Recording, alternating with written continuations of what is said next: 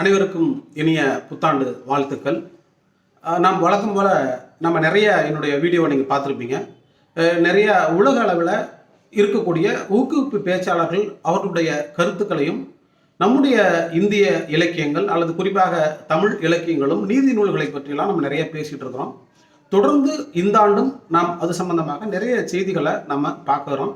So இந்த செய்திகள் பார்த்தீங்கன்னா எல்லாமே நம்ம கிட்டத்தட்ட ஒரு நிமிடத்துலேருந்து 2 நிமிடத்தில் இந்த செய்தியை முடிச்சிடறோம். காரணம் என்னன்னு கேட்டால், இன்றைக்கி இருக்கக்கூடிய பரபரப்பான சூழ்நிலைகளில் அந்த கருத்தை நம்ம ரொம்ப நீட்டி முழங்கி சொன்னோம்னா கேட்குறவங்களுக்கு சலிப்பாக இருக்குங்கிறதுனால சில கருத்துக்களை நம்ம சுருக்கமாக சொல்கிறோம்.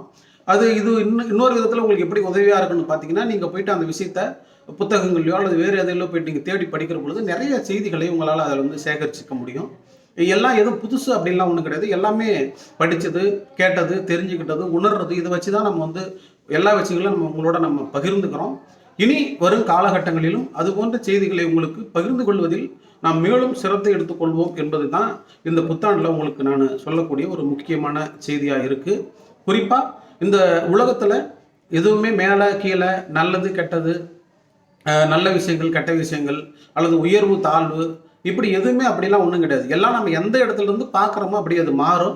அதே மாதிரி தான் அந்த கருத்துக்களும் எந்த இடத்துலேருந்து எந்த தேவையை ஒட்டி ஒரு கருத்தை நம்ம பார்க்குறோங்கிறத பொறுத்து தான் அதனுடைய செயல்பாடுகள் நமக்கு மாறும் அப்படிங்கிறது தான் நமக்கு அடிப்படையான உண்மையாக இருக்குது.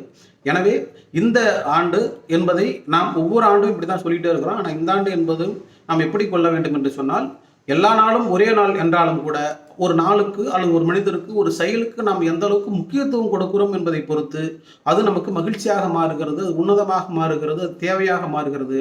எனவே இந்த ஆண்டையும் நாம் ஒரு முக்கியத்துவம் கொடுத்து சில வேலைகளை நாம் தொடங்குவோம், சில செய்திகளை கற்றுக்கொள்வோம், சில உத்வேகத்தை நாம் பெறுவோம். அப்பொழுது நம்முடைய வாழ்க்கை மகிழ்ச்சியாகவும் வாழ்வதற்கான ஒரு தேவையை நாம் உறுதிப்படுத்துவதாகவும் இருக்கும் என்பதை மனதில் வைத்துக்கொண்டு இந்த ஆண்டை நாம் வெற்றிகரமாக தொடங்குவோம்.